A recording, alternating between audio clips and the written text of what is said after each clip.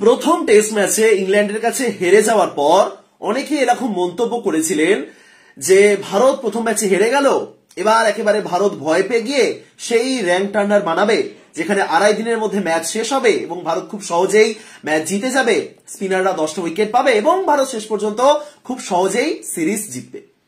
মানে এর আগে যেমনটা দেখে এসেছেন সমালোচকরা যে ভারত স্পিন সহায়ক পিচে খুব সহজে ম্যাচ জিততে পারে এবং যদি কোনোভাবে পিছিয়ে থাকে সিরিজে ভারত সেরকমই পিচ বানাবে, এমনটাই দেখে এসেছেন অনেকে এবং অনেকে ভেবে নিয়েছেন যে সেম জিনিসই হতে চলেছে। এবং এক্ষেত্রে আসলে ভুল কিছু ছিল না। মানে র্যাঙ্ক টার্নার বানালে সমস্যাটা কি, বানাতেই পারে ভারত হোম অ্যাডভান্টেজ নেওয়ার জন্য, কিন্তু তার চেয়েও ভালো লাগলো যেটা যে ভারত ওই চিরাচরিত স্পিন সহায়ক উইকেট না বানিয়ে একটা মোটামুটি স্পোর্টিং উইকেট বানিয়েছে যেখানে ইংল্যান্ডের ব্যাটাররা খুব ভালো মতন সুবিধা পেতে পারতেন, সুবিধা পেয়েছেন এবং সেই পিচ থেকে ভারত ম্যাচটা জিতে ফিরেছে। সুতরাং এটাই প্রমাণিত হলো যে ভারত ভয় পেয়ে গিয়ে একেবারে র্যাঙ্ক টার্নার বানিয়ে ইজিলি ম্যাচ জেতার চেয়েও বর্তমানে স্পোর্টিং উইকেটে খেলে বা আসলেই একটা ইংল্যান্ডকে সমানভাবে প্রতিদ্বন্দ্বিতা দেওয়ার জন্য একটা ম্যাচ আয়োজন করলো এবং সেখান থেকে ম্যাচটা জিতলো। এবং আমি চাই যে এরকম ভাবেই লড়াই হোক, কারণ এই ইংল্যান্ড দলটা আসলেই কিন্তু গোটা সিরিজ ধরে আমাদের যথেষ্ট চ্যালেঞ্জের মুখে ফেলবে। মানে এই যে লড়াইটা ইংল্যান্ড করলো দ্বিতীয় ম্যাচে, তারা 106 রানে পরাজিত হয়েছে, বড় পরাজয়, কিন্তু তাও ইংল্যান্ড যে লড়াইটা করলো আসলেই একটা দারুণ সিরিজ কিন্তু আগামী কয়েকদিনে আমরা দেখতে চলেছি। আগামী 1 মাস ধরে একটা দারুণ সিরিজ আমরা দেখবো।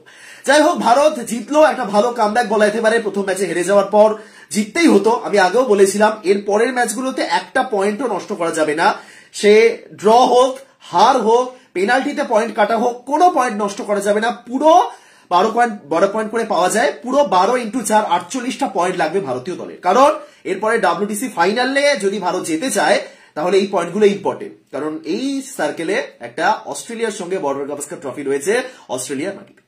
যাই হোক, তো ভারত সহজে ম্যাচটা জিতেছে শেষ পর্যন্ত, কিন্তু একাধিক বিষয় নিয়ে আলোচনা করা রয়েছে যেগুলো কিন্তু ভারতকে চিন্তায় রাখবে আগামী কয়েকটা ম্যাচের জন্য এবং কিছু ক্ষেত্রে স্বস্তিও দেবে, কিছু ক্ষেত্রে চিন্তাতেও রাখবে। একটা চিন্তার ব্যাপার, অনেকে ইতিমধ্যে মাথায় হাত দিয়ে ফেলেছেন যে জসপ্রীত বুমরা যিনি এত অসাধারণ একটা ম্যাচ খেললেন তিনি পরের ম্যাচে থাকবেন না। অনেকে ঠিকঠাক ব্যাপারটা জানেন, অনেকে জানেন না। আসলে বিশ্রাম দেওয়া হচ্ছে জসপ্রীত বুমরাকে, তিনি কন্টিনিউয়াসলি খেলে চলেছেন ভারতের হয়ে, তাই একটা বিশ্রাম দেওয়া হচ্ছে, কোন রকম চোট আঘাতের কোনো সমস্যা নেই। একটা জায়গায় দেখলাম র্যান্ডম লিখে দেওয়া হয়েছে জসপ্রীত বুমরা পরের ম্যাচে খেলবেন না, সেখানে কমেন্টে সবাই একেবারে হাহাকার করছেন, কি হলো, অনেকে ম্যানেজমেন্টকে দোষ দিচ্ছেন, বলছেন এত ভালো খেলার পরও জসপ্রীত বুমরাকে বাদ দিয়ে দেওয়া হলো, পলিটিক্স চলছে, এই চলছে।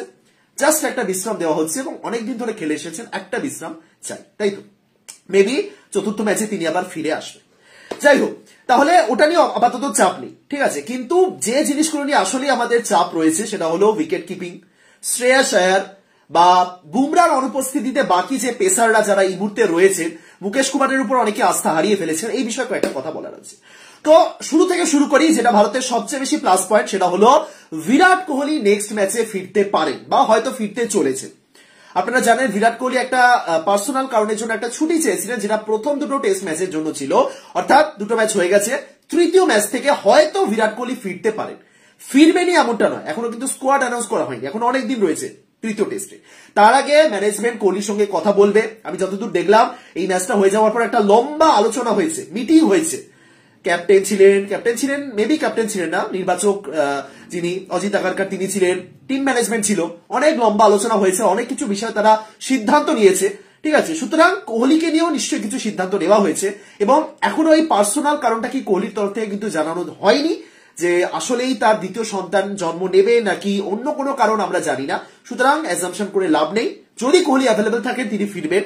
কোহলির দায়িত্ব জ্ঞান নেই, দায়িত্ববোধ নেই, দেশের প্রতি তিনি একেবারেই দায়বদ্ধ নন, সেই সব একেবারেই ফালতু কথা, আমি পরিষ্কার বলছি ফালতু কথা।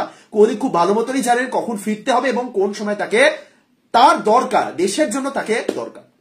যাই হোক, মেবি কোহলি পরের ম্যাচে ফিরবেন, তার সাথে লোকেশ রাহুলও ফিরতে পারেন, তিনি আগের ম্যাচে চোটের জন্য খেলেনি, মানে এই ম্যাচে ফিরতে পারেন। এবার তিনি ফিরলে কিপার হিসেবে তাকে খেলানো যেতে পারে, সেই বিষয়ে একটা কথা বলার আছে, আমি বলবো।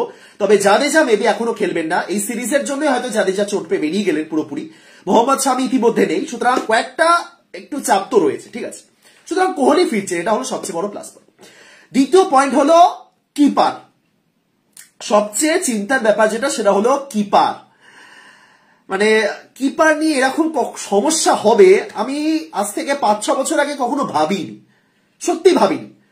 ধোনি তো কন্টিনিউয়াসলি খেলেইছেন, ইভেন ঋদ্ধিমান সাহা টেস্টে যখন কিপার হিসেবে চলে এসেছিলেন, তারপরে যখন ঋষভ পান্থ চলে এসেছিলেন, আমি আসলে এই জিনিসটা নিয়ে কখনো চিন্তায় পড়তে হবে আমি ভাবিনি, কিন্তু আসলেই এখন চিন্তায় পড়তে হচ্ছে, কারণ আপাতত পান্থ নেই, শ্রীকার ভারত খেলছেন, ঠিক আছে, ঈশান কিষান তাকে বাদ দেওয়া হয়েছে এবং ধ্রুব জুরেল তিনি এখনো ডেবিউ করেননি, সুতরাং খুব খুব একটা চাপের মুখে দাঁড়িয়ে রয়েছে এবং এমন জায়গাতে দাঁড়িয়ে রয়েছে যখন ইংল্যান্ড ভারতে খেলতে এসেছে।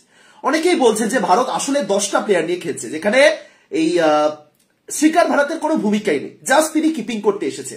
ভারত 11টা ব্যাটার না, ভারত 10টা ব্যাটার নিয়ে খেলছে, অনেকেই বলছে, ঠিক আছে। এবং আমিও বলেছি, আগের দিনই বলেছি যে আসলে এই শ্রীকার ভারতের ব্যাটিং দেখে ফ্রাস্ট্রেটেড লাগছে যে তিনি কি করছেন, দায়িত্ব নিয়ে ব্যাটিং করছেন না, কোন রকম দায়িত্ববোধ নেই, তিনি র্যান্ডম শট খেলে আউট হচ্ছেন, ঘরের মাঠে এত ভালো একটা সিচুয়েশন ছিল, সুতরাং অবশ্যই চাপ রয়েছে শ্রীকার ভারতকে নিয়ে। কিন্তু বর্তমানে ম্যানেজমেন্টের সিদ্ধান্তটা কি হবে দেখুন। শ্রীকার ভারতের সম্পর্কে বলার আগে ঈশান কিষানের ব্যাপারটা বলি।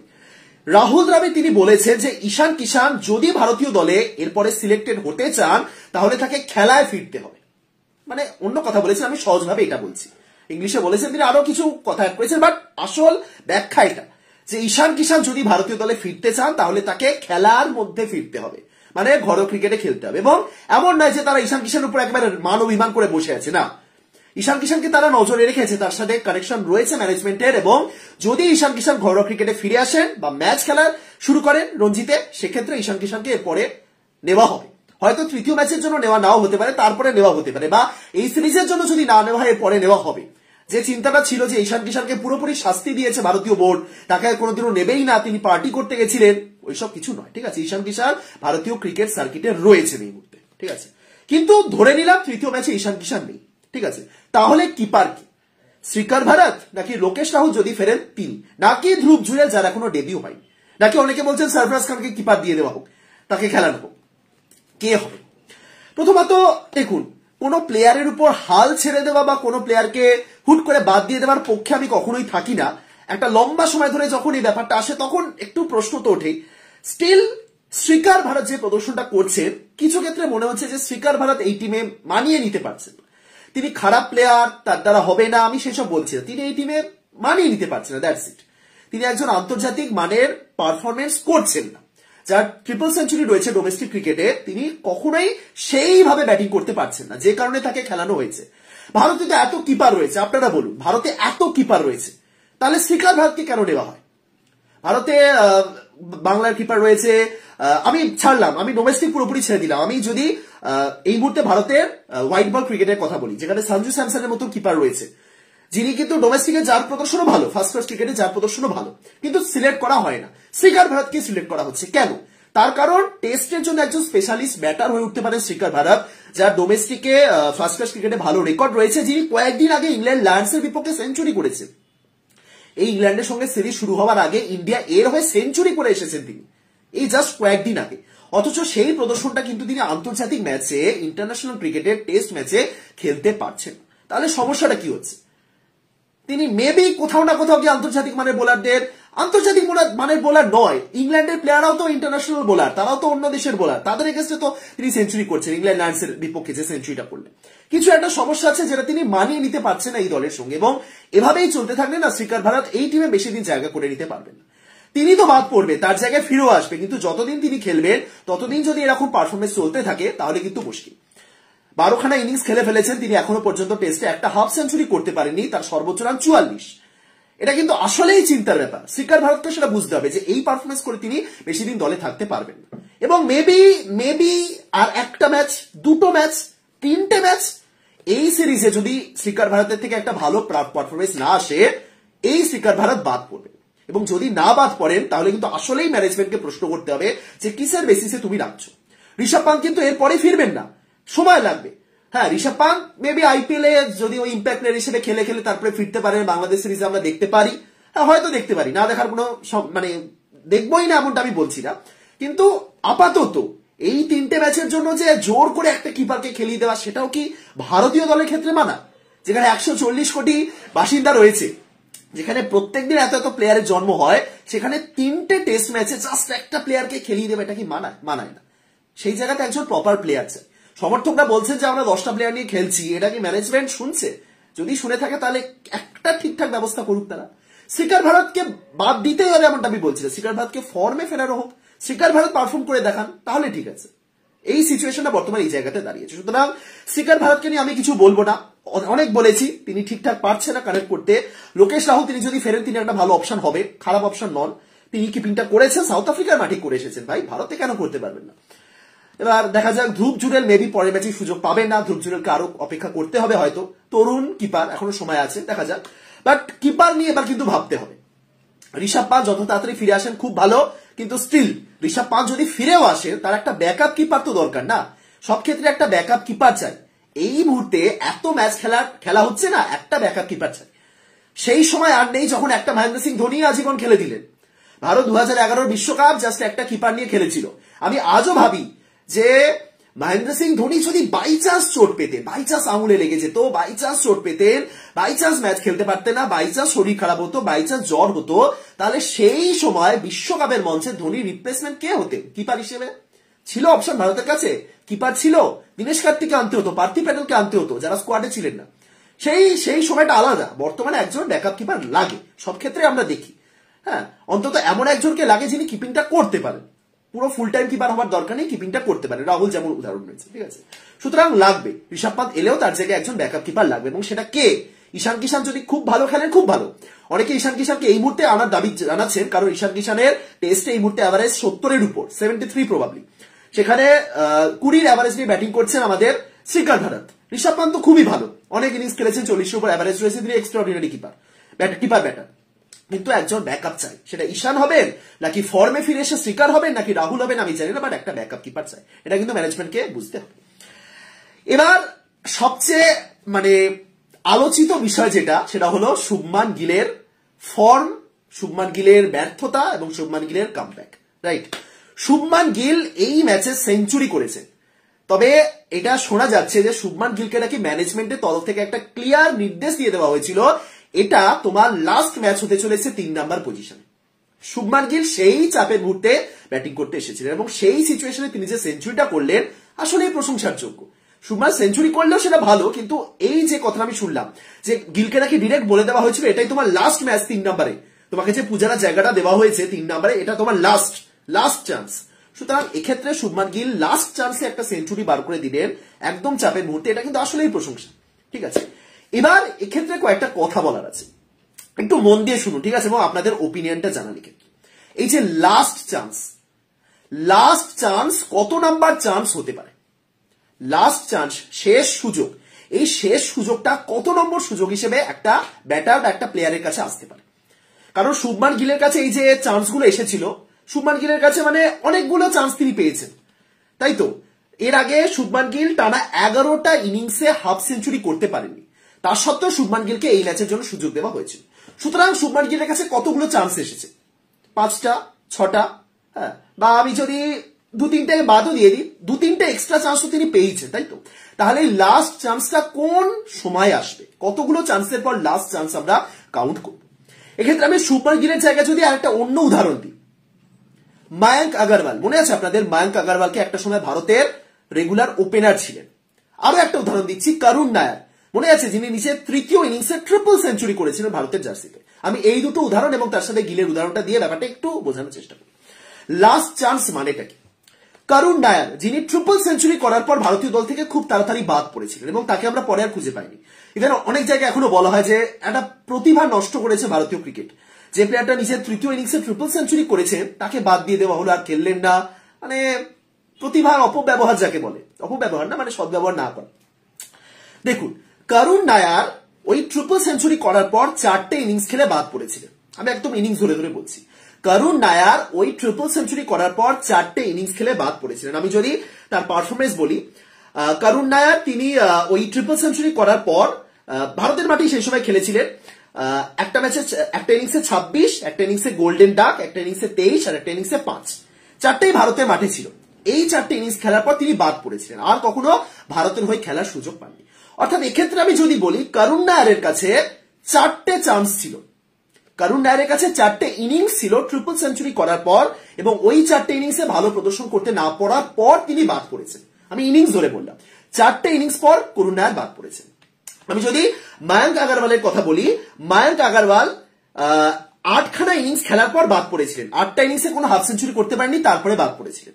কারুন নায়ার 4টে ইনিংসে হাফ সেঞ্চুরি করতে না পারার পর বাদ পড়লেন। মায়াঙ্ক আগরওয়াল 8টা ইনিংসে সেঞ্চুরি করতে না পারার পর বাদ পড়লেন। সেখানে শুভমান গিল 11টা ইনিংসে হাফ সেঞ্চুরি না করতে পড়ার পরও সুযোগ পেলেন। ঠিক আছে, শেষ 11টা ইনিংসে কোনো হাফ সেঞ্চুরি ছিল না, এবং এই ম্যাচের প্রথম ইনিংসে হাফ সেঞ্চুরি করতে পারেন, অর্থাৎ টানা 12টা ইনিংসে শুভমান গিল কোনো হাফ সেঞ্চুরি করতে পারেন। এবার তাহলে অনেকে বলতে পারেন এটা একটু মানে করুন 4টে ইনিংসে বাদ পড়লেন, মায়াঙ্ক আগরওয়াল 8টা, সেখানে গিল কেন 11টা ইনিংস সুযোগ পেলেন? এটাই অনেকে বলতে পারেন যে কেন সুযোগ পেলেন, কেন পার্সিয়ালিটি করা হচ্ছে শুভমান গিলের জন্য, কি কারণে? এখানেই এই লাস্ট চান্স যেটা, এই ব্যাপারটা উঠে আসছে। তোমাকে যদি 2-3টে এক্সট্রা চান্স দেওয়া হয় শেষ সুযোগ হিসেবে, তাহলে কেন দেওয়া হচ্ছে? কারণ নায়ার তিনি ট্রিপল সেঞ্চুরি যখন করেছিলেন, হ্যাঁ, তিনি ওই একটাই ইনিংস খেলেছিলেন ভারতীয় দলের জার্সিতে, যেটা অসাধারণ ইনিংস ছিল, রাইট?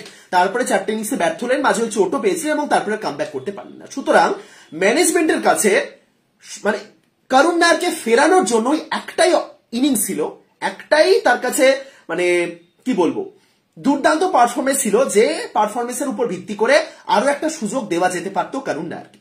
ম্যানেজমেন্ট মেবি 4টে দেখেছিলেন 4টে ইনিংসে, তারপরেও কারুন নায়ার সেরকম পারফর্ম করতে পারেনি, সে কারণে আর কারুন নায়ারকে ফেরানো হয়নি। সুতরাং এক্ষেত্রে এই জিনিসটাই বলতে হয় যে ম্যানেজমেন্ট কতটা ভরসা করতে পারছে একটা প্লেয়ারের উপর।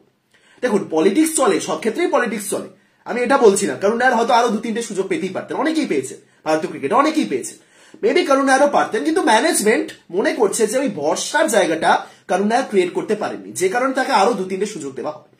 মায়াঙ্ক আগরওয়ালের ক্ষেত্রে 8টা ইনিংস দেখা হয়েছিল, কেন? তার কারণ মায়াঙ্ক আগরওয়াল একটা সময় 5 ইনিংসের মধ্যে 2টো ডাবল সেঞ্চুরি করেছিলেন। 2019 সালের ওই অক্টোবর নভেম্বর ওই সময় 5 ইনিংসের মধ্যে 2টো ডাবল সেঞ্চুরি ছিল মায়াঙ্ক আগরওয়ালের, আরো একটা সেঞ্চুরি ছিল, মানে 5 ইনিংসের মধ্যে 3টে সেঞ্চুরি, যার মধ্যে 2টো ডাবল সেঞ্চুরিতে কনভার্ট করেছিলেন। ওই সময় Mayank Agarwal extra ordinary batting করছিলেন। সুতরাং মায়াঙ্ক আগরওয়াল যখন টানা 8টা ইনিংসে হাফ সেঞ্চুরি করতে পারলেন না, ওই সময়টা ম্যানেজমেন্ট এটাই ভেবেছিল যে এই প্লেয়ারটা তো একটা সময় টানা 5 ম্যাচের মধ্যে 3টে ডাবল সেঞ্চুরি করেছে, 2টো ডাবল সেঞ্চুরি করেছে, তাহলে এ সেই ভরসাটা আমাদের দিয়েছে, যে কারণে তাকে আরেকটু সুযোগ দিই, এর লাস্ট চান্স আরেকটু বাড়ুক, একে আমি আর 2টো ইনিংস সুযোগ দিই, এর লাস্ট চান্সটা আরেকটু পরে আসুক। এবং সেই জায়গাতে দাঁড়িয়ে গিল যে 11টা সুযোগ পেলেন, তার কারণ এটাই, গিল ঠিক 1 বছর আগেও অসাধারণ খেলেছেন, গিল ডাবল সেঞ্চুরি করেছেন ওডিআইতে, গিল টি20তে সেঞ্চুরি করেছেন, আইপিএল অরেঞ্জ ক্যাপ পেয়েছেন, গিল 1 বছরে সর্বোচ্চ রানের কাছাকাছি চলে গেছিলেন ওডিআই ক্রিকেটের ইতিহাসে। সুতরাং ভরসার যে জায়গাটা না, গিল সেটা আরো বেশি করে তৈরি করেছেন ম্যানেজমেন্টের কাছে। এখানেই লাস্ট চান্স, শেষ সুযোগের ব্যাপারটা আসছে। তুমি শেষ সুযোগ কখন পাবে? তুমি শেষ সুযোগ তখনই পাবে যদি ম্যানেজমেন্ট দেখে যে তুমি সেই ভরসার জায়গাটা তৈরি করেছো। এটাই হলো আসল ব্যাপার। বাদ দেওয়া খুব সহজেই যায়, একটা প্লেয়ার যদি 5 ইনিংসে ব্যর্থ হন, তাহলে তাকে বাদ দেওয়া যায়, খুব সহজেই বাদ দেওয়া যায়। এটা একটা রিয়েল লাইফের এক্সাম্পল ধরুন না আপনি, হ্যাঁ, আপনাকে ধরুন আপনি রয়েছেন, ক্রিকেট খেলা ছেড়ে দিন, আপনি কোনো একটা জায়গাতে রয়েছেন, কোনো একটা জব করছেন, আপনি ভুল করছেন, রেগুলার ভুল করছেন, ঠিক আছে? এবার আপনাকে লাস্ট চান্স কখন দেওয়া হবে? ধরুন আপনি একজন নতুন কোম্পানিতে জয়েন করেছেন এবং শুরুতেই 2-3টে খুব বাজে রকম ভুল করেছেন, এবং তারপরে ম্যানেজমেন্ট আপনাকে বাদ দিয়ে দিয়েছে, এবং স্বাভাবিক, তাই তো? কটা সুযোগ দেবে আপনাকে? আপনি কি খুব খুব ভালো কিছু করেছেন যে আপনাকে সুযোগ দেবে আরো? কিন্তু ধরুন একজন যে তার প্রথম মাসেই এমন কিছু কাজ করে দিয়েছে যেটা কোম্পানির হয়ে একেবারে মানে দারুণ, কোম্পানির প্রচুর প্রফিট এনে দিয়েছে একজন, তারপরে সে 2-3টে ভুল করছে, তখন তো ম্যানেজমেন্ট ভাববে না যে না, এই প্লেয়ারটা এমন কিছু করেছিল যে ভবিষ্যতে আরো কিছু করতে পারে সেরকম, হ্যাঁ ভুল করছে, এই ভুলগুলো একটু মাফ করে দিই, তারপরে আবারও সে ভালো কিছু করবে। এটাই আসল ব্যাপার। এই শেষ সুযোগটা তখনই আসে যখন ম্যানেজমেন্ট মনে করে যে না, এই প্লেয়ারটা আরো কিছু সুযোগ পেতে পারে, এবং সেই যোগ্যতাটা রয়েছে তার মধ্যে, সেই ভরসাটা তিনি দিয়েছেন। সেই কারণেই গিলকে খেলানো হয়েছিল। এই যে লাস্ট চান্স গিলকে দেওয়া হলো না, এতগুলো চান্স এই কারণেই দেওয়া হয়েছে কারণ শুভমান গিল সেই ভরসার জায়গাটা ক্রিয়েট করেছিলেন বিগত 1-2 বছর। এবার ভালো খেললেন 3 নম্বরে, তার মানে যে 3 নম্বর জায়গাটা তার একেবারে পার্মানেন্ট হয়ে গেল এমনটাও নয়। এমনটা আমি বলবো যে 3 নম্বরে কি, 3 নম্বর পজিশন মানে এমন একটা জায়গা যেটা ভারতীয় ক্রিকেটে এত বছর ধরে একটা আলাদাই ছিল, মানে 3 নম্বর পজিশন একটা ভরসা না, ওয়াল রাহুল দ্রাবিড়, চেতেশ্বর পূজারা, ইভেন পরে হনুমা বিহারী, ওয়াল হিসেবে আমরা 3 নম্বর জায়গাটাকে দেখেছি। সেই জায়গাতে গিল খেললেন, সেঞ্চুরি করলেন। অনেকে ভাবেন যে গিলের একেবারে পার্মানেন্ট না, গিলের কিন্তু জায়গাটা এখনো পার্মানেন্ট হয়নি। ঠিক আছে, এই ভারতীয় দল যখন বাইরে খেলতে যাবে, যখন বর্ডার গাভাস্কার ট্রফি খেলতে অস্ট্রেলিয়া যাবে, 3 নম্বরে কিন্তু একটা ধৈর্য ধরে খেলার মতন প্লেয়ার লাগবে। হ্যাঁ, সেই জায়গাতে দাঁড়িয়ে গিল যদি এই যেভাবে খেললেন, যেভাবে সেঞ্চুরি করলেন, সেভাবেই যদি খেলতে পারেন, তাহলে তিনি নিচে জায়গা পাকাপোক্ত করে নেবেন, সমস্যা নেই। কিন্তু যদি আবার 2-3টে ইনিংসে ব্যর্থ হন, তখন কিন্তু সমর্থকরাই দাবি তুলবেন যে আমাদের পূজারা চান। সুতরাং গিলকে এখনই 3 নম্বরে পার্মানেন্ট প্লেয়ার হিসেবে ধরবেন না। এখনো কিন্তু সেনা কান্ট্রিতে গিয়ে গিলকে এরকমই পারফরমেন্স করতে হবে, আদারওয়াইজ 3 নম্বর জায়গাটা জাস্ট কিছুই থাকবে না। ঠিক আছে, বাট গিল আসলেই ভালো খেলেছেন, আসলেই ভালো খেলেছেন। যেভাবে আউট হলেন ওটা না হলেও পারতেন, আরো ইনিংসটা বাড়তে পারতো সেক্ষেত্রে, বাট ঠিক আছে, গিল ভালো খেলেছেন। এবার এই যে এতক্ষণ ধরে আমি শেষ সুযোগের কথা বললাম, 3 জনের উদাহরণ দিলাম, চতুর্থ আর একজন এই মুহূর্তে ওই শেষ সুযোগের দোরগোড়ায় দাঁড়িয়ে রয়েছে, শ্রেয়াস আয়ার। শ্রেয়াস আয়ার শেষ 13টা ইনিংসে কোনো হাফ সেঞ্চুরি করতে পারেননি। শ্রেয়াস আয়ার আরো বেশি দূর চলে গেছেন, 13টা ইনিংস। 11টা ইনিংসের পর তো গিলকে বলে দেওয়া হয়েছিল এটা তোমার লাস্ট চান্স 3 নম্বরে, টেস্ট দল থেকে বাদ দেওয়া হবে এমনটা বলা হয়নি, 3 নম্বরে লাস্ট চান্স বলা হয়েছিল। শ্রেয়াস আয়ারের ক্ষেত্রে 13টা ইনিংস হয়ে গেছে, তিনি কিন্তু এখনো একটা হাফ সেঞ্চুরি করতে পারেনি। তাহলে শ্রেয়াস আয়ারের লাস্ট চান্স কবে? আমার মতে ম্যাক্সিমাম আর একটা বা দুটো ম্যাচ, ম্যাক্সিমাম একটা ম্যাচ বা দুটো ম্যাচ, বা মেবি পরের ম্যাচও তিনি বাদ পড়তে পারেন, কারণ এই লাস্ট চান্সের যে জায়গাটা, সেটা কোটাটা তিনি পার করে ফেলেছেন। শ্রেয়াস আয়ার কেন এতদিন কেন সুযোগ দেওয়া হচ্ছে? কারণ তিনিও ভরসা দিয়েছেন। শ্রেয়াস আয়ার ডেবিউ ম্যাচে সেঞ্চুরি করেছেন, লাস্ট বিশ্বকাপে তিনি অসাধারণ ব্যাটিং করেছেন, 4 নম্বর ব্যাটার হিসেবে 500 রানে গন্ডি পেরিয়েছেন। হ্যাঁ, শ্রেয়াস আয়ার টি-20 তো ভালো প্রদর্শন করেছেন, অল ওভার শ্রেয়াস আয়ার একজন দারুণ ব্যাটার, যে কারণে শ্রেয়াস আয়ারকে এখনো টানা হচ্ছে। কিন্তু এই 13 অব্দি উঠে গেছে, আর বেশি দিন টানা হবে না। 15, ম্যাক্সিমাম 15-16, তার বেশিও যদি তিনি হাফ সেঞ্চুরি না করে থাকেন, হাফ সেঞ্চুরি বলছি না, হাফ সেঞ্চুরি, মানে বুঝতে পারছেন। সুতরাং শ্রেয়াস আয়ার একদম লাস্ট মোমেন্টে দাঁড়িয়ে আছেন, যেখানে যে কোনো মুহূর্তে তিনি যদি ব্যর্থ হন, তার জায়গায় অন্য কেউ চলে আসতে পারেন। এবার শ্রেয়াস আয়ারকেও ভালো খেলতে হবে, তাকে ফর্মে ফেরাতে হবে। গিলের ক্ষেত্রে আমি যেটা বলেছিলাম, বাদ দেওয়া খুব সহজ সমাধান, আমি চাই না গিলকে বাদ দেওয়া হোক, শ্রেয়াস আয়ারকেও তাই বাদ দেওয়া হোক। শ্রীকার ভারতের ক্ষেত্রে আমি বলতে পারি যে এরকম পারফরমেন্স করলে তাকে রেখে আর কি লাভ, কিন্তু শ্রেয়াস বা গিল এমন কিছু করে দেখিয়েছেন, তাকে বাদ দিয়ে কোনো লাভ নেই। তারা বাদ পড়লে তারা হারিয়ে যাবে এবং তাদের প্রতিভাটা আমরা পাবো না, এইটুকুনি।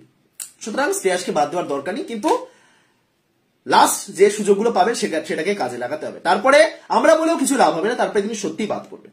মেবি শ্রেয়াসকে এরকম কিছু ইনস্ট্রাকশন দিয়ে দেওয়া হবে যে এটাই তোমার লাস্ট চান্স, 4 নাম্বার 5 নাম্বার যেখানে তুমি খেলো, এরপরে কিন্তু তোমার রিপ্লেসমেন্ট আসবে।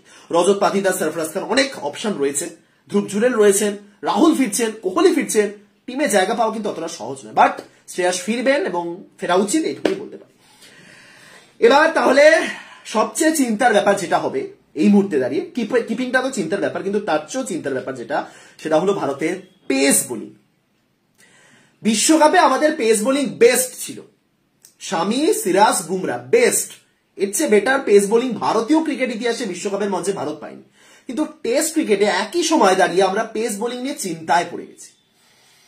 Bumrah man of the match হয়েছে, অসাধারণ বোলিং করেছেন, এই ফ্ল্যাট উইকেট থেকে 9টা উইকেট তুলে বেরিয়ে গেছেন তিনি গোটা ম্যাচে, দুর্দান্ত ম্যান অফ দ্য ম্যাচ হয়েছে। কিন্তু পরের ম্যাচে তাকে বিশ্রাম দেওয়া হবে, ঠিক আছে, আমি এগ্রি করছি, কারণ বুমরা একটু চোট প্রবণ রয়েছে, একাধিকবার চোটে ভুগেছেন এবং একটা লম্বা সময় তিনি ভারতীয় দলে বাইরে ছিলেন, রাইট। তাহলে বুমরা নেই, সিরাজ ফিরবেন, আমি ধরে নিলাম বুমরা নেই, তাহলে সিরাজ ফিরবেন, তার সাথে মুকেশ, আপাতত মুকেশ, ঠিক আছে। এবার ধরুন আমরা বাইরে খেলতে গেছি, ইংল্যান্ড, অস্ট্রেলিয়া, আমি অস্ট্রেলিয়া ধরেই বলছি কারণ ভারতের এর পরের অ্যাওয়ে সিরিজ অস্ট্রেলিয়াতে, এখনো একটা বছর সময় আছে। ধরুন আমরা অস্ট্রেলিয়াতে গেছি, আমাদের 4 জন পেসার কারা কারা হবে বা কাদের কাদের হওয়া উচিত? বুমরা, শামি, সিরাজ, আমি ধরলাম। শামি আপাতত চোটে রয়েছে, কিন্তু ঠিক আছে, ফিরবে। চতুর্থ পেসারের অপশনটা কই আমাদের কাছে? আমাদের চতুর্থ পেসার কে? আমাদের টেস্ট ক্রিকেটের চতুর্থ সিমার কে? শার্দুল ঠাকুর অপশন রয়েছেন, আবেশ খান, মুকেশ কুমার, প্রসিদ্ধ কৃষ্ণা, এরা আমাদের অপশন, এবং যে অপশনগুলো দেখে আসলে কিন্তু ভরসা পাওয়া যাচ্ছে না, তাই তো? শার্দুল ঠাকুর খুব ভালো একটা অপশন, মানে বিদেশে শার্দুল খেলবেনই ধরে নেওয়া যায়, কিন্তু স্টিল পেসার মানে ইংল্যান্ড, অস্ট্রেলিয়া যখন খেলে ওদের 4 জন পেসার কারা থাকেন? Pat Cummins, Mitchell Starc, Josh Hazlewood এবং তার সাথে স্কট বোল্যান্ড। আমি এই 4 জনকে যদি ধরি, 4 জনই একদম সেরা পেসার। স্কট বোল্যান্ড ভারতের মাঠে এসে দুর্দান্ত বোলিং করে দিয়ে গেছে, মানে ওই ব্যাটিংটা করতে পারে, বোলিংটাও করে দেন, সেরকম নয়। 4 জন সলিড পেসার। এবার সেই 4 জন সলিড পেসার আমাদের নেই, আমাদের এইটা একটা চাপের জায়গা। 3 জন পেসার খুব ভালো খেলে দিচ্ছি আমরা, ওডিআইতে 3 জন পেসারের বেশি দরকার পড়ে না, হার্দিক রয়েছে, কিন্তু টেস্টে যখন 4 জন পেসার লাগবে, যখন আমাদের হার্দিক বলে কোনো কেউ নেই, তখন আমাদের চতুর্থ পেসার কি হবে? এবং মুকেশ কুমার খুব ভালো একটা অপশন হতে পারতেন, কিন্তু এই সিরিজে মুকেশ কুমার যেভাবে বোলিং করছে, মানে এই ম্যাচে আর কি, আসলেই সমর্থকরা বলছে এটা কি হচ্ছে ভাই, এটা কি করছো তুমি? মানে অনেকে ওই শ্রীকার ভারতের সাথে মুকেশ কুমারকে অ্যাড করে দিয়েছেন যে এটা এদের নিয়ে ভারত খেলছে, মানে নজর নিয়ে খেলছে। এবার মুকেশ কুমারকে নিয়ে আমার কয়েকটা কথা বলার আছে। আমি জানি মুকেশ কুমার খুবই ডিসঅ্যাপয়েন্ট করেছে, বিশেষ করে মাঝে মাঝে যে নো বল গুলো করছিলেন, কিন্তু দেখুন টি-20 বা ওডিআইতে হোয়াইট বল ক্রিকেটে মুকেশ কুমার যে সুযোগগুলো পাচ্ছেন তার চেয়ে বেশি ডিজার্ভিং কিন্তু তিনি টেস্ট ক্রিকেট, এইটুকুনি বলতে পারি। মুকেশ কুমার একটা লম্বা সময় ধরে ভারতের টেস্ট ক্রিকেটের সার্কিটে রয়েছেন, ইন্ডিয়া এর হয়ে অনেকদিন খেলেছেন বা মাঝে মাঝে ব্যাকআপ প্লেয়ার হিসেবে নিয়ে নেওয়া হতো। সুতরাং মুকেশ কুমার টেস্ট সার্কিটে রয়েছেন। আমার মুকেশের টেস্ট দলে থাকা নিয়ে কোনো প্রবলেম নেই, কিন্তু মুকেশ কুমার ভালো বোলিং করতে পারছে না, এটা নিয়ে সমস্যা। মুকেশ কুমার এর চেয়ে অনেক বেটার বোলিং করতে পারেন টেস্টে। যারা মুকেশ কুমারকে আসলে দেখেছেন যখন বাংলার হয়ে খেলতেন, টেস্ট ক্রিকেটে প্রপার লাইন লেন্থ রয়েছে তার, টেস্ট মানে টেস্টের একটা লেন্থ হয় না, টেস্ট লেন্থ, সেই টেস্ট লেন্থে বোলিং তিনি করতে পারেন, ক্রমাগত করতে পারেন। কি হয়েছে আমি জানি না, এই সিরিজে অতিরিক্ত করার চেষ্টা করছে। মুকেশ কুমার এর চেয়ে অনেক ভালো test pacer. Mukesh Kumar ODI এবং টি-20তে খুব ভালো বোলিং করছে। ইভেন আমি বলেছিলাম যে ভাই টি-20তে মুকেশ কুমার কিভাবে সুযোগ পান, কিন্তু ভালো বোলিং করেছিলেন, তবে টেস্টে তো সেরকমই বোলিং তার থেকে দরকার, সেটা তিনি করতে পারছেন এবং খুবই খারাপ বোলিং করেছেন। এভাবে মুকেশ কুমার যদি বোলিং করে তাহলে মুকেশ ভারতের দ্বিতীয় পেসার হবেন পরের ম্যাচে, যেখানে সিরাজ এবং মুকেশ, বুমরা নেই, আসলে কিন্তু চাপ হবে ভারতে যে ভারত এটা কাকে খেলাচ্ছে। সুতরাং মুকেশের দলে থাকা নিয়ে সমস্যা নেই, কিন্তু মুকেশকে পারফর্ম করতে হবে। মুকেশ আসলেই ভালো টেস্ট বোলার, যখন বিদেশে ভারত খেলতে যাবে মুকেশ কিন্তু খুব ভালো একটা অপশন হতে পারে, যার ভালো লাইন লেন্থ রয়েছে, যার ভালো ইয়র্কার রয়েছে হাতে। মুকেশ বুমরা হতে পারবে না, সম্ভব নয়, কিন্তু মুকেশ ভালো বোলিং করে। এবার এরকম পারফরমেন্স করলে দলে থাকা মুশকিল, এইটুকুনি বলতে পারি। তবে আবেশ, প্রসিদ্ধ কৃষ্ণা, তারা এই মুহূর্তে যে পারফরমেন্স করছেন তার মধ্যে যদি মুকেশও যোগ হয়ে যান, তাহলে কিন্তু আসলেই সমর্থকরা চাপে পড়বেন এবং নির্বাচকরা চাপে পড়বেন যে ভাই কাকে রাখবো, কাকে বাদ দেবো। অপরদিকে ভুবনেশ্বর কুমার রঞ্জিতে আলাদা লেভেলের বোলিং করছেন, তখন সমর্থকরা বলবেন ভুবনেশ্বর কুমারকে ফেরাও, যেটা টেকনিক্যালি সম্ভব নয়। এটা কিন্তু একটু চাপের ব্যাপার, মানে আমাদের চতুর্থ পেসার বাঁচতে হবে। বিশ্বকাপ আমরা উতরে দিয়েছি, মানে উতরেছি মানে ওই যাই হোক, কিন্তু টেস্টে এবার আমাদের 4টে পেসার বাঁচতে হবে। সে আর্শদীপকে তুমি নাও, বা ইভেন আমি এখনো জানি না যে আবেশ খান কিভাবে এই টিমে রয়েছে টেস্ট দলে। একটা প্লেয়ারকে 3 ফরম্যাটে কেন খেলানো হচ্ছে, মানে জোর করে। আবেশ খান আসলে এই মুহূর্তে একটা মানে ফরম্যাটেও কিন্তু থাকার যোগ্য না, আমি বলবো না, তার যোগ্যতা বিচার করে আমি কেউ নয়, বাট স্টিল আবেশ খানের চেয়ে অনেক বেটার প্লেয়ার রয়েছেন, ডিজার্ভিং প্লেয়ার রয়েছে যারা যে কোনো ফরম্যাটে আসতে পারে, সেখানে আবেশ খান রেগুলার 3 ফরম্যাটে রয়েছেন। পেসারদের সমাধান করতে হবে, কারণ চাইলেও আপনি এখন উমেশ যাদব, ঈশান্ত শর্মা তাদেরকে ফেরাতে পারবেন না, তাদের বয়স হয়ে গেছে, তারা অনেকদিন খেলছে। তবুও উমেশ যাদব তো এই লাস্ট ডাব্লিউসিতে খেলেছিলেন, হ্যাঁ খেলেছিলেন তো অস্ট্রেলিয়ার সঙ্গে, হ্যাঁ, তাহলে মানে এমন যেন না হয় যে আবার অস্ট্রেলিয়াতে গিয়ে সেই উমেশকে ঘুরে ফিরে আনতে হলো, অপশনই নেই ভারতের কাছে, চলো উমেশকে ফেরাই, ঈশান্তকে ফেরাই, এটা যেন না হয়। এর মাঝে ভারতকে সেই পেসারদের তৈরি করতে হবে। এবং ভারত ভালো পিচ বানাচ্ছে তো, এমন না যে স্পিন শট পিচই হবে, ভালো এই ধরনের পিচ যদি হয় তাহলে সেক্ষেত্রে পেসারদের রেডি করা হোক। আর কি বলবো, ভারতীয় দলে পেসারদের এত তাড়াতাড়ি এরকম সমস্যা হবে এটা আমি আশা করি। যাই হোক, এরপরের পয়েন্টটা হলো রোহিত শর্মার ফর্ম। অনেকে বললেন ভাই তুমি এতক্ষণ ধরে এর শ্রেয়াসের ফর্ম বললে, শ্রীকার ভারতের ফর্ম বললে, মুকেশের ফর্ম বললে, আরে রোহিতের ফর্মটা বলো, ক্যাপ্টেন তো কি, ক্যাপ্টেন কি করছে? অনেকে বলছেন যে ভাই ক্যাপ্টেন কোটায় খেলছে, রোহিত শর্মা এই মুহূর্তে যা ব্যাটিং করছে, রোহিত শর্মা আসলেই ক্যাপ্টেন কোটায় খেলছে, অনেকে বলছে। দেখুন, প্রথমত রোহিত শর্মাকে ফর্মে ফেরা শেখানোর দরকার নেই, রোহিত শর্মা জানেন কিভাবে খেলতে হয়। রোহিত শর্মা খুব বাজে রকম একটা ব্যাড প্যাচ চলছে, এই জায়গাতে যারা দাবি তুলছেন যে রোহিতকে বসিয়ে দেওয়া হোক, তাদের উদ্দেশ্যে প্রথম প্রশ্ন, ক্যাপ্টেন কে হবে? রোহিত বসলে ভারতের ক্যাপ্টেন কে? ভারত কি ক্যাপ্টেন রেডি করেছে আজ অব্দি? টেস্ট ক্রিকেটে ভারতের হাতে কি ক্যাপ্টেন রয়েছে? হ্যাঁ রয়েছে, বুমরা ক্যাপ্টেন্সি করবেন, রাহুল ক্যাপ্টেন্সি করবেন, ঋষভ পান্ত ফিরলে তিনি ক্যাপ্টেন্সি করবেন, কিন্তু তাদের কি রেডি করা হয়েছে টেস্টে ক্যাপ্টেন হিসেবে? হয়নি। সুতরাং আপাতত আমাদের কাছে কিন্তু ক্যাপ্টেন নেই, একাধিক নাম রয়েছে একটা দলে। দেখুন, অনেকে বলবেন যে একাধিক নাম রয়েছে, এটা তো ভালো, এটা তো অ্যাডভান্টেজ যে আমাদের কাছে এতগুলো ক্যাপ্টেন্সি অপশন রয়েছে, অনেক দলের কাছে থাকেই না। কিন্তু এর একটা ডিসঅ্যাডভান্টেজ রয়েছে, যখন আমার কাছে 5টা ক্যাপ্টেন্সি অপশন থাকে না, তখন একজন ক্যাপ্টেন যদি ব্যর্থ হন, তখনই সমালোচকরা বলবেন ভাই একে ক্যাপ্টেন বানালো, এর মতন একটা ভালো অপশন রয়েছে। যদি এরপরে ঋষভ পান্তকে ক্যাপ্টেন করা হয় এবং ঋষভ পান্ত যদি একটা সিরিজে ব্যর্থ হন, সবাই বলবেন জসপ্রীত বুমরা রয়েছেন, জসপ্রীত বুমরার মতন ক্যাপ্টেন, রাহুলের মতন ক্যাপ্টেন, তাদের জায়গায় পান্ত। এটা একটা ডিসঅ্যাডভান্টেজ, একাধিক অপশন থাকলে না এই জিনিসগুলো উঠে আসে। সুতরাং ভারতকে কিন্তু ক্যাপ্টেন রেডি করতে হবে, রোহিতের জায়গায় ক্যাপ্টেন রেডি করতে হবে। সুতরাং রোহিতকে বসানো কোনো সলিউশনই নয়। রোহিত সদ্য এই ম্যাচটা জিতিয়েছেন, মানে ক্যাপ্টেন হিসেবে, ব্যাটার হিসেবে নয়, এবং সেটাই করতে হবে। এবার তাকে ব্যাট হাতে প্রদর্শন করতে হবে। বিশ্বকাপের মঞ্চে যেভাবে খেলেছিলেন সেভাবে খেলুন, সেভাবে না খেলুন, ধৈর্য ধরে খেলুন, ব্যাস বল খেলুন, রোহিত বল খেলুন, আমি জানি না, রোহিতকে ফর্মে ফিরতে হবে। একজন সমর্থক হিসেবে জাস্ট এইটুকুনি বলতে পারি। তাকে কিভাবে খেলতে হবে, কিভাবে তার ফর্ম ফিরবে, এসব আমি বলবো না, কোনো প্রয়োজনই নেই। তিনি নিজেই জানেন কিভাবে ফিরতে হয়, এবং হয়তো পরের ম্যাচে একটা দারুণ সেঞ্চুরি করে অনেক কিছু বলে দেবেন, কিন্তু রোহিতকে ফর্মে ফিরতে হবে, এইটুকুনি বলতে পারি। রোহিতের ফর্ম, শ্রেয়াসের ফর্ম, শিখর ভারতের ফর্ম, তার আগে গিলের ফর্ম, সব মিলিয়ে ভারতের ব্যাটিং কোলাপস হচ্ছে। ভারত খুব সহজে ম্যাচটা জিতেছে, 106 রানে জিতেছে, তা সত্ত্বেও আমি বলবো ভারতের ব্যাটিং কোলাপস হচ্ছে। এটা আপনি মানেন আর না মানেন, ভারতের ব্যাটিং কোলাপস হচ্ছে।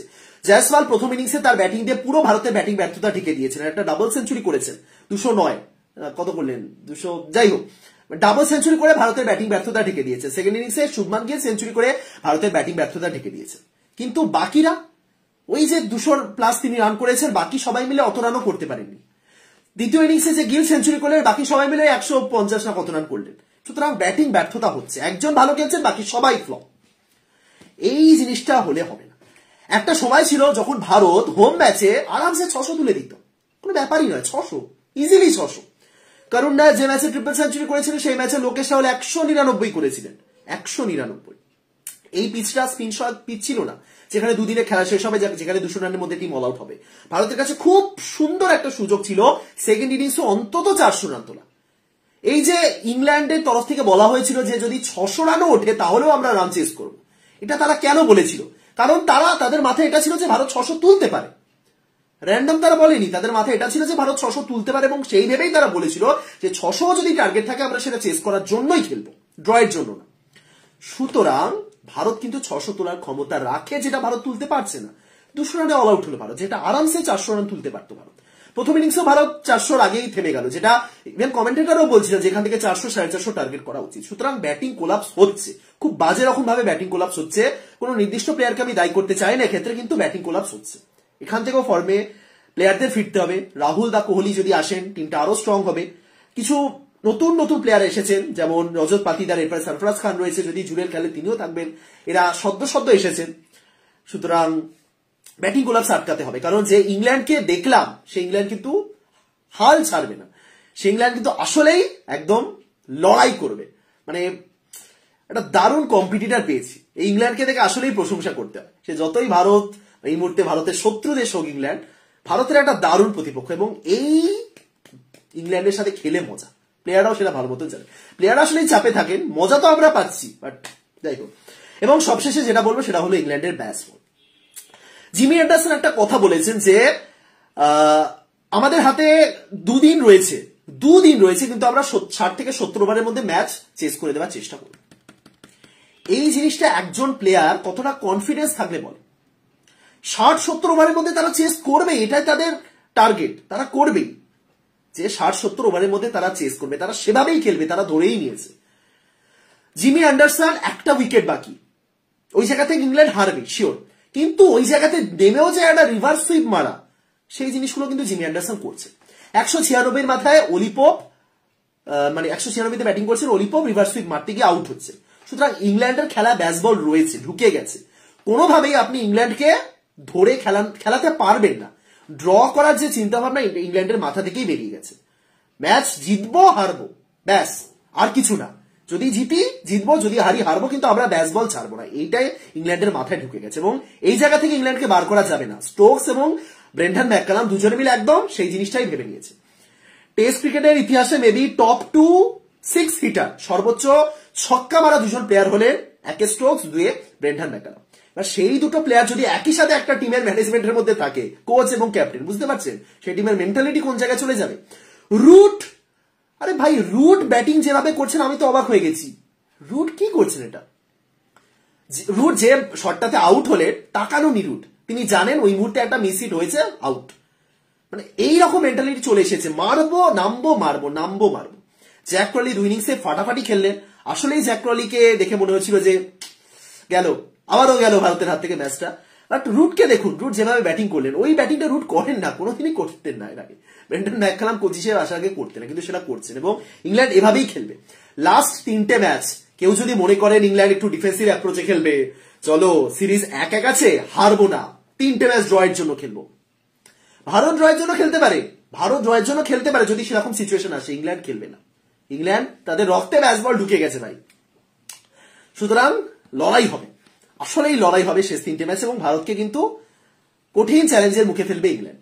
জিমি অ্যান্ডারসন 41 বছর বয়সে প্রমাণ করে দিয়েছেন তিনি কি বোলিংটা করতে পারেন।